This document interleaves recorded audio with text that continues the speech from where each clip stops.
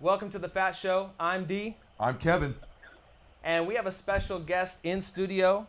This is Ahsan Awan, and he's on the telephone right now. Ahsan, how you doing? I'm doing well. How are you? We're doing really great. Kevin? Doing really good. How have you been?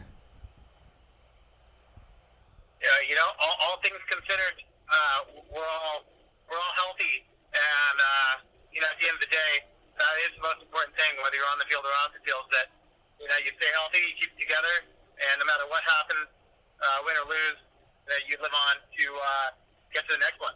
Okay, so let's get a chance to tell you, who Ahsan is.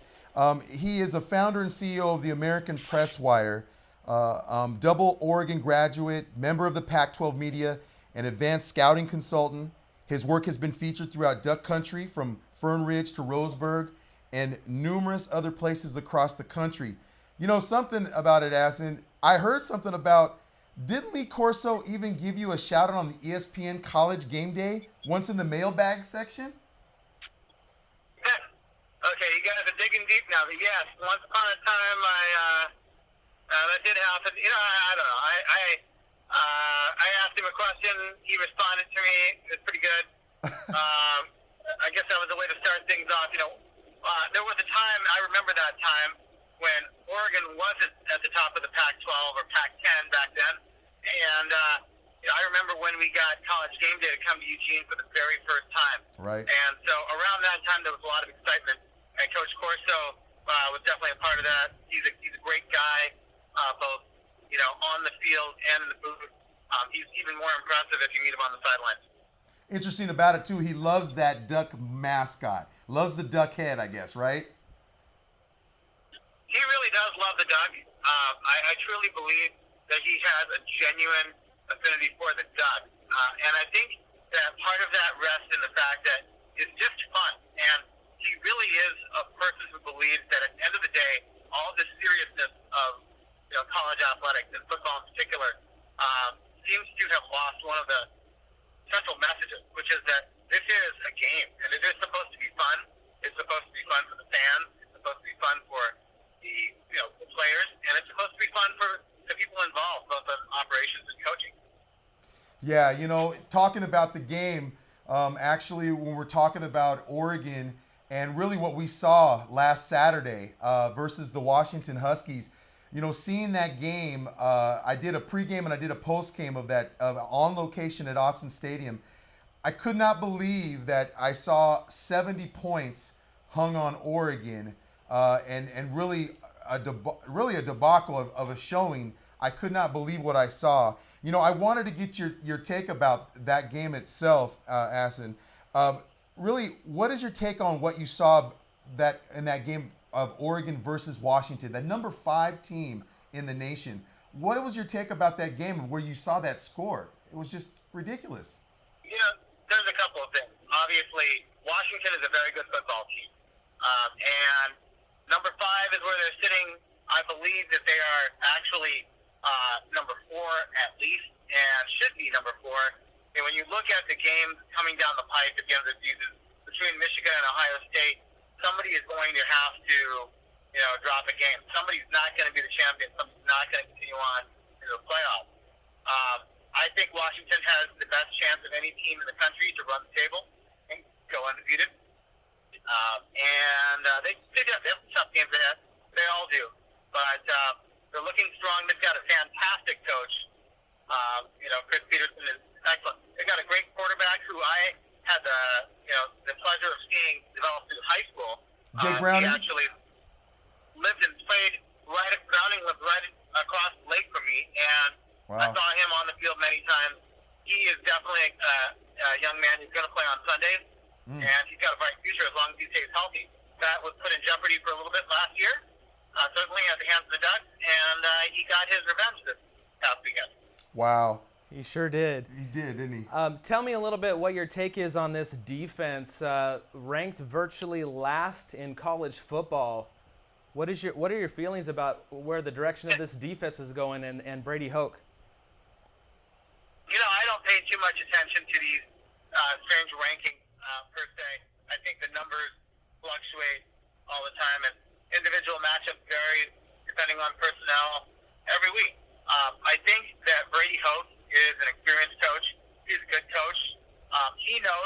and he's the first to say that he doesn't have the personnel that he needs to run the 4-3 effectively. Where I do think that there is a shortfall is, Oregon's defense right now is manned for a 3-4. And we need to be running a 3-4 and cycling in a 4-3 scheme periodically when we have an opportunity to do something with it. But we simply don't have enough bodies and enough manpower to continue to rotate and cycle through a 4-3 effectively. On top of that, when you look at the pre-segment of that, there is an issue in that the linebacking experience that we have, both in personnel and in coaching, is designed to work with a 4 linebacker unit. When you go down to 3 linebackers, it changes the zone responsibilities, coverage responsibilities, and and the run stoppage.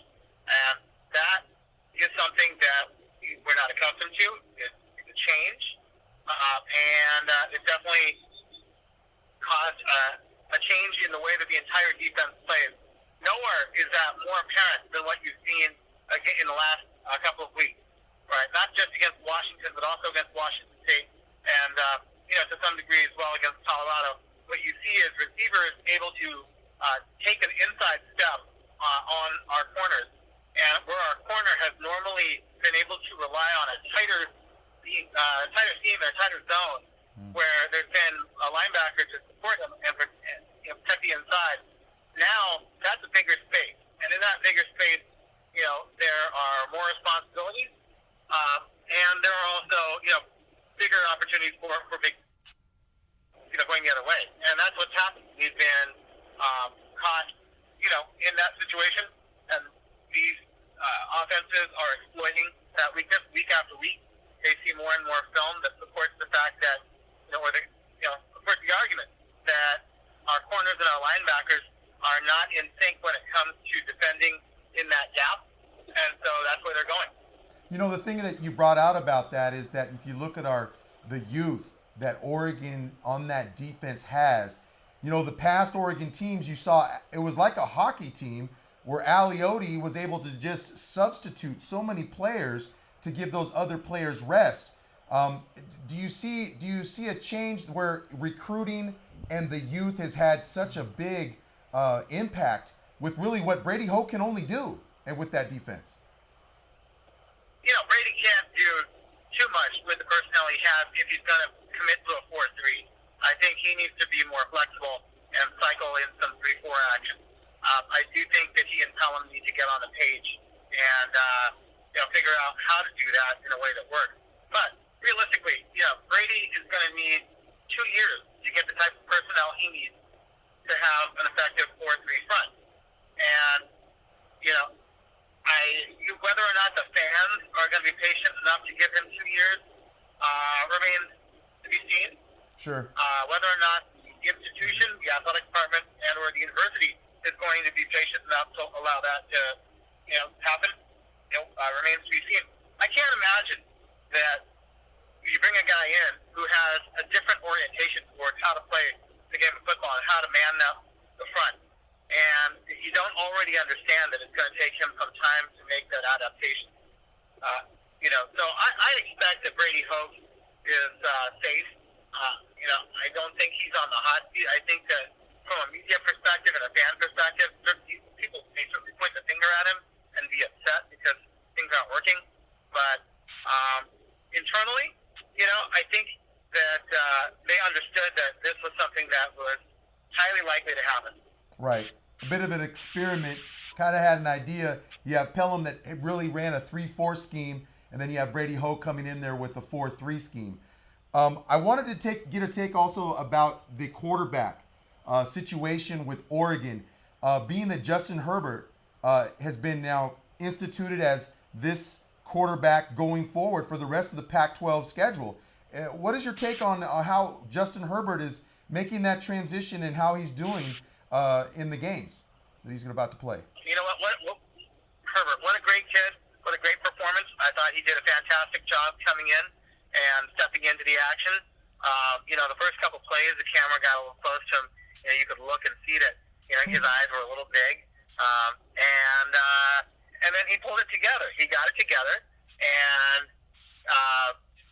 he made passes, he made plays, He utilized the shovel pass that I haven't seen utilized that well for quite some time. Yes, he did the things you need to do to play real good football. I think it's a smart decision, and I think that they should have put him in the game to begin the season. Well, just for our listeners, we'll remind you that we do have Ahsan Awan. He is a former graduate of Oregon, has been around that program for quite some time. We have him on the phone currently.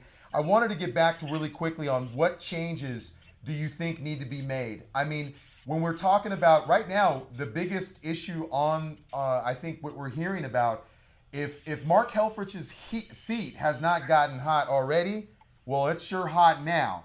And so, we overheard that Rob Mullins, media tried to ask questions. He took exit right. So there's a lot of media. There's boosters, alums. There's Phil Knight. I mean, there's a lot of people interested, fans, revenue, that are interested on saying, where does this team go from here? What changes do you think need to be made? Is it a coaching change? Is it a fire Helfrich? I mean, what do you believe that's out there? Look, first, let's talk about the coaches, all right? Mark Helfrich is a good coach. He is a good person. He is a well-spoken, man. He gets along very well with these young guys, with these recruits. I've seen him out there in the field on the recruiting path.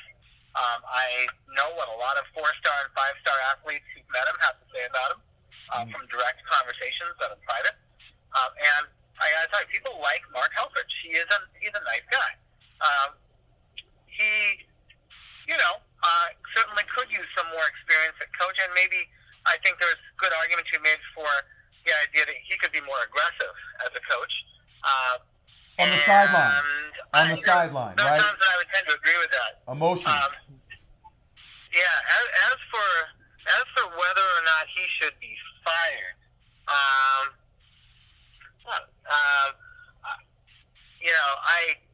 that is something that I have a hard time buying into. Look at what happened at LSU, right?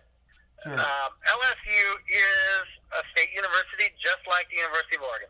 Right. It is a university that had high expectations in a powerful conference with 2 different divisions, much like Oregon. Sure.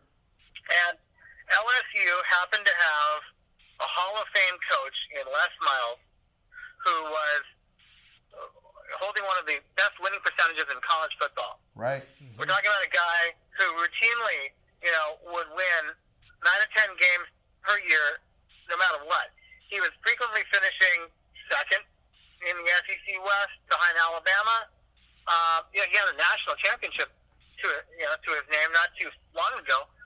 He's a great coach. He was running a solid program with a lot of players who went to the NFL. The actual, outcomes of developing inside the LSU system were positive.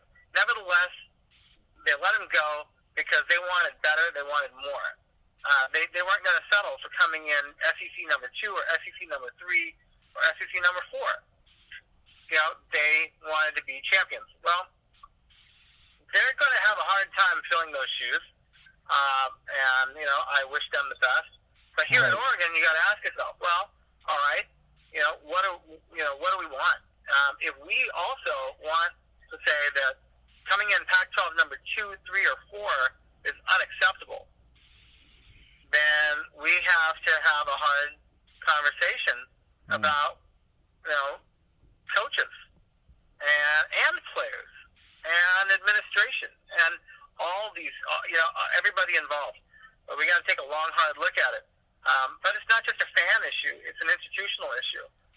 It is a boosters issue, and certainly, I'm sure that there are a lot of people talking. But do you fire the current coaching staff? Look, Gary Campbell is arguably the best running backs coach in the country. Right.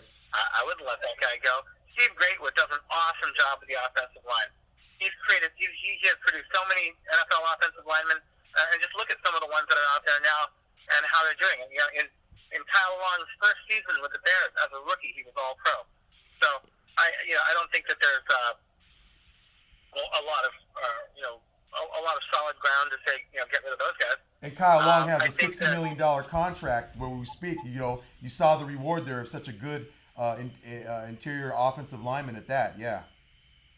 Sure. I think that John Neal. I know a lot of the DB recruits, and they talk about him quite a bit. Right. And they like him. And Coach Neal is a good coach. He knows how to coach DB. Whether those DBs always take his coaching and do, and follow his advice and do what they're supposed to do out there, that is a different story. And these kids they're kids, but they're also adults. There's a certain point at which they have to be responsible for how they choose to respond and react out there. You can only coach them so far. The head coach, his primary responsibility is to steer the ship and steer all of it. I can certainly point to, some poor decisions with 2-point conversions. Oh, yes, Nebraska. In Nebraska. For sure. I can point to failing to throw a red flag and question a poor spot on a critical play that would have given the Ducks a first down, just this last game, which might have changed momentum and caused a 14-point swing in the score, right? You give us that first down, we march down, we score a touchdown. UW doesn't get the touchdown on the way out. That's a 14-point difference in the score. You go into halftime now 28-14, and now you are still within, striking range, and you can turn the thing around. There are a lot of things that can be said, and these are the little things that I don't think that in one lost game you should turn around and drop everybody. Right. I think you got to go back and say, what system do we have for continuous quality improvement? Exactly. What type of feedback loop do we have to have communication that is effective, that allows for our players, our talent to be able to do what there is to do. So I think that they're making headway, and they are making adjustments. It's a difficult thing to read when you see a team like UW come in. Oh, it is. As I said, UW is probably one of the best teams in the country. They're sitting on a number 5 ranking. They're easily number 4. They very well could be number 2 and or number 1 by the time this is all over. And, in all honesty, at this point, I say go Huskies, win that national championship, bring it home for the Pac-12, and, more power to them. All right. Well, we thank you very much, Ahsan, Awan. We appreciate you coming on the show. You took time out of your day. I know you have another engagement to go to. So, be safe. What highway are you on right now? Well, actually, right now I'm in the parking lot across from the venue. There you go. For any of your listeners who may be in the Sacramento, California area tonight, please. Not only are the Sacramento Kings of the NBA, starting their season at home tonight in their brand new arena, but there is, Rock the Vote has a great sponsored comedy show in Sacramento where they're out here to register voters and get everybody mobilized for the upcoming presidential vote, so we can really make a difference, in our country. So there's a lot more to life right now than just football and just one university. Sure. We've got bigger issues. There are, our entire country, our entire society is really, up for discussion and up for change and up for grabs. Yes. And so, we have a lot to think about, and I think we could all be humbled and take a step back and say, hey, this game of football, let's just remember, it's a game. Right. That's right. Well, we thank you very much. Thank you so much. You're welcome. Thank you, guys. All right, thank you. Right. So let's talk about it for next week. What's your prediction? You got Cal, Oregon. Do you see the Ducks even getting? I think again, it's an away game, so they're gonna play there at Strawberry Canyon. Do they have a chance? They have a chance. I think Oregon has a chance in every game. The piece to it, though, is going to be is, can they stop anybody? That will be the key in regards to their defense. Will they have missed assignments? We saw a lot of times, University of Washington, the Huskies were able to run patterns, and they bit on those patterns. They didn't turn around, holes in the middle of the field. So on that defense. So again, first tier, second tier, third tier. How do these ones answer? Do they stop? I see really a possible win. I'm really leaning towards a possible win from a standpoint of the offense gelling a little bit more. They have weapons. Tony Brooks James, they have that.